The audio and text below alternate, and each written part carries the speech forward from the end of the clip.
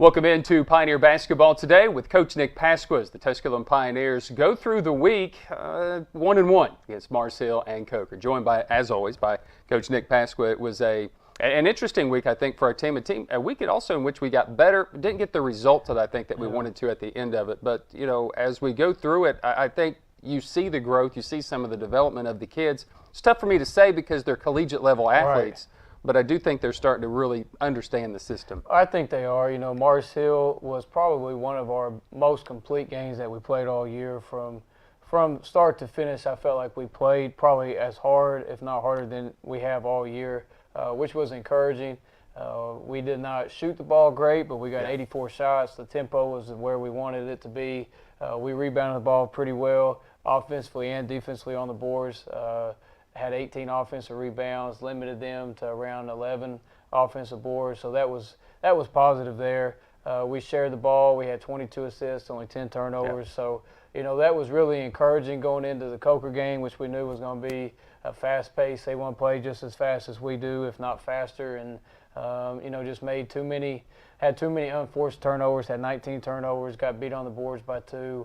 And then it just came down. We didn't make very many shots either from the perimeter. We had a lot of open looks down the stretch, and just couldn't make them. Well, let's talk a little bit more about Mars Hill and what that meant. Packed the arena tonight. We had a good crowd that was on hand that came out, and we'd been wondering had Peyton Woods gone as far as, you know, the shooting touch and those types of things. After a little bit of a slow start, just kind of jostling around, then we started hitting some shots.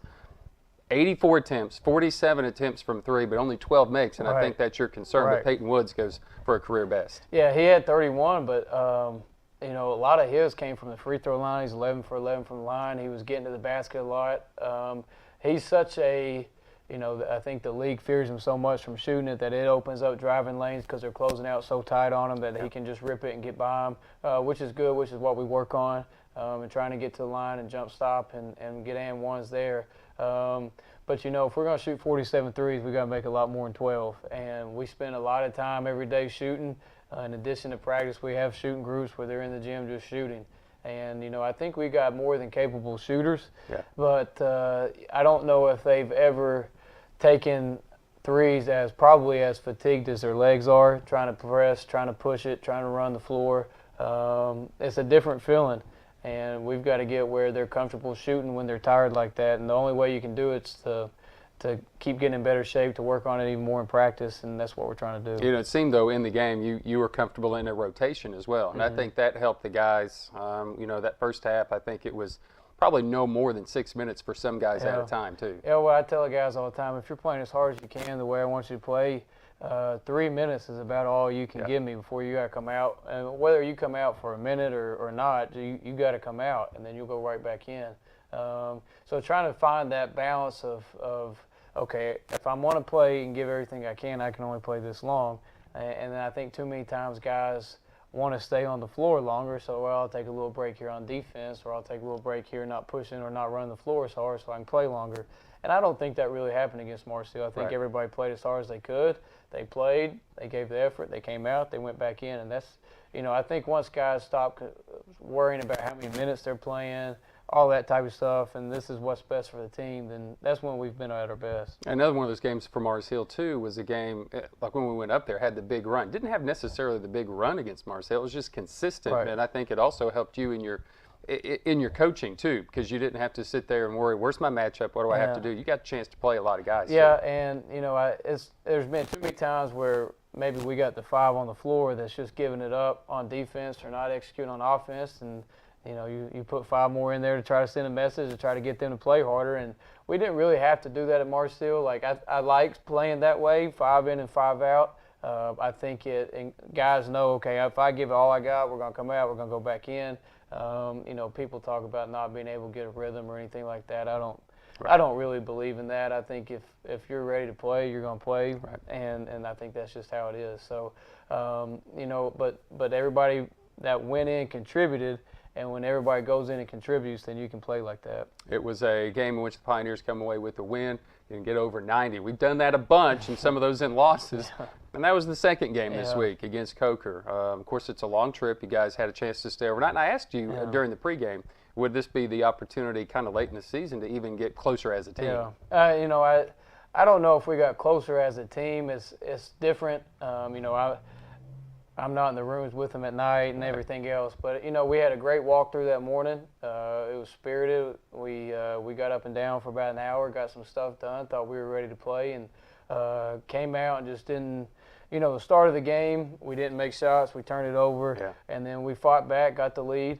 And, I was looking the other day, I think every conference game with the exception of LMU and Queens, we've had the lead under 10 minutes in the second half, every single game. And we just haven't been able to finish. And it's the same thing, we got a two-point lead, I think, at Coker under 10 minutes to go, and don't make the stops, don't make the open shots at critical times, and just can't come away. We just can't get that stop that we need. We can't make that open shot. We just haven't done it. I mean, we can do it. We just haven't been able to finish. It's weird because I think that if you go back and look at some of the games too, you shoot under 20% the first 5 minutes. You probably shoot that or close to that in the final 5 minutes, of a game. But in Coker, Khalil Hall's maybe one of the more feared kids in our league as a freshman, as a youngster. Did a pretty decent job on him. Even though he had some open looks, he got off to an extremely slow start, and he was extremely frustrated. He was. We did the job on him, but he made two big ones late that pretty much capped off the game there, got them on that little run they made at the end to close it out. He's going to be really good. I mean, as a freshman, I think he's averaging right at 15 a game, shooting close to 40% from three. So he's a really good player. We did a pretty good job on him. He took contested shots until the end where we gave him two open ones, and he was able to knock them down. It's the first time in a while, too, with your team that I've noticed there were times that the offense just stopped. Either it stalled or it just stopped and completely. And we just kind of settled for a very long three, maybe one off the dribble, and haven't seen that in a long time. Was it that Coker was taking us out of what we wanted to do offensively? Yeah, they pressure you so much that sometimes, just by them ball pressuring you so much, just you not really panic, but you kind of forget. You get caught up in the ball pressure that's going on. Okay, I was supposed to reverse it. I was supposed to cut. Supposed to screen away, and things just start to slow down some. And they do a really good job denying the reversal pass, the next pass. One pass away, they're in the passing lane, so it makes it hard just to keep that constant ball movement going. But then in the second half, we got it going a little bit and just didn't make shots. I mean, a lot of open threes, a lot of one-drill pull-ups that were open, a lot of takes to the basket maybe that we didn't finish. But we didn't really score a lot in transition either, which we had been. It was a lot of half-court stuff. Coker did a pretty good job defensive transition-wise, getting back and getting matched up and not giving us a lot. I just don't think Coker does that with anybody. It's not that you have to get lucky against them. It's just they had a plan against our press, and I think we didn't necessarily attack them the same way. They got a lot of runouts. They did. They were leaking one out, shot went up, and they get it out of the net. They turn around, throw it, and that was the first team that's really done it to us all year. That nobody has really, besides Newberry, has really tried to press them a whole lot. And even in their Newberry game, neither team really pressed the other team because they were afraid of each other pushing it and going at each other. But, we're trying to build a mindset that this is how we're going to play. I don't care if it's Coker, Newberry, whoever we play, this is what we're going to do. Sometimes we had to get out of it. We changed. Went to our other press just because if you get on the ball quick, you sprint back, it's hard to make those long passes, and we weren't doing a very good job. Now, when we got them in traps, we were able to make some plays, but it wasn't enough. All right, so a loss on Saturday against Coker, a win against the Mars Hill Lions. Let's look ahead just a little bit and also look at a player this week as we go into Carson Newman and Lenore Ryan. It's obviously we have a chance. There's some other games that in the conference that has left the door open for us to get in. It's going to be tough. Probably a team that should be nationally ranked in Carson Newman, and then Lenore Ryan Bears, which kind of an enigma. They're good. They're not so good, but they can be very good. So it's a big week for this team. It's a huge week. One huge rivalry game on Wednesday at their place. One game that I felt like. Both games this week, I felt like we should have won both of those games the first time. Carson Newman, we're going to see zone all week. Wednesday and Saturday, both teams play zone. They're different in how they play them. LR matches up a lot more out of it. Carson Newman's more of a traditional zone, but they got length. They're physical. They're strong. They got an All-American guard, and at their place, coming off a loss to Queens, they'll be ready to go. The first game we played them, we shot the ball extremely well in the first half, which made them come out of the zone. My fear is that we just think we're going to do the same thing at Carson Newman. We're going to shoot it great, and that's not always the case, especially when you go on the road. We got to be able to get the ball into the paint, into the high post area, try to draw fouls, play inside out, collapse the zone, then kick it out, not just settle for contested shots against them, and then try to find a way to slow Clark down. We did a pretty good job here. He got 11 free throws out of his 17 points. But we did a pretty good job from the field against them. But they're hard to guard. Every guard they put out there can shoot it. They're physical inside. They're big inside. So it's going to take a great game to beat them. Of course, the LR game went overtime in Hickory. Billy Bales hit a big three, contested off the dribble in overtime. They beat us.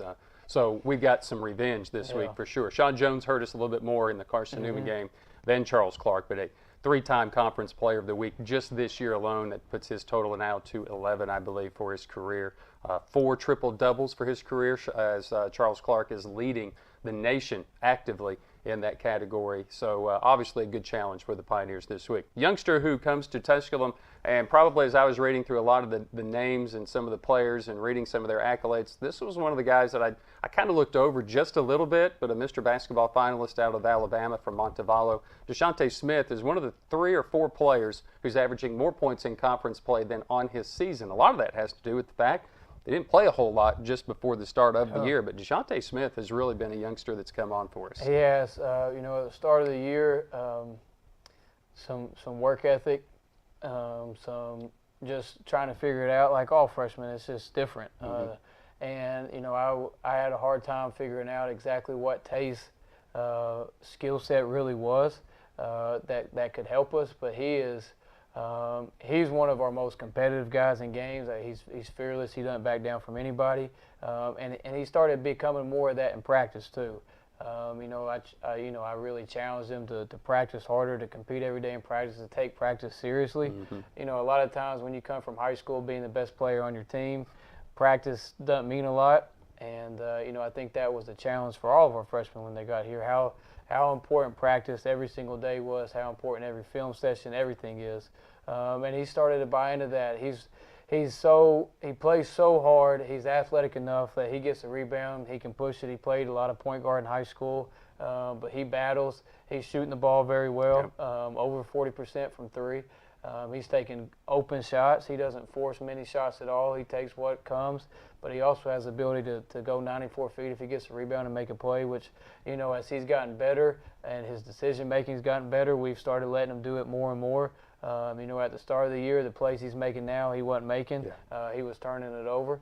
But now as he's getting better each game, he's feeling a lot more comfortable, and I think he's understanding his role a lot more as well. Coming off a week where he went back-to-back with equaling his career numbers, Mars Hill and Coker. Well, the Pioneers, big week. Carson Newman and Lenore Ryan. We'll talk about that next week on Pioneer Basketball with Nick Pasqua. For Coach Nick Pasqua, Nick Forsberg, I'm Brian Staten. Until next week, go Pioneers.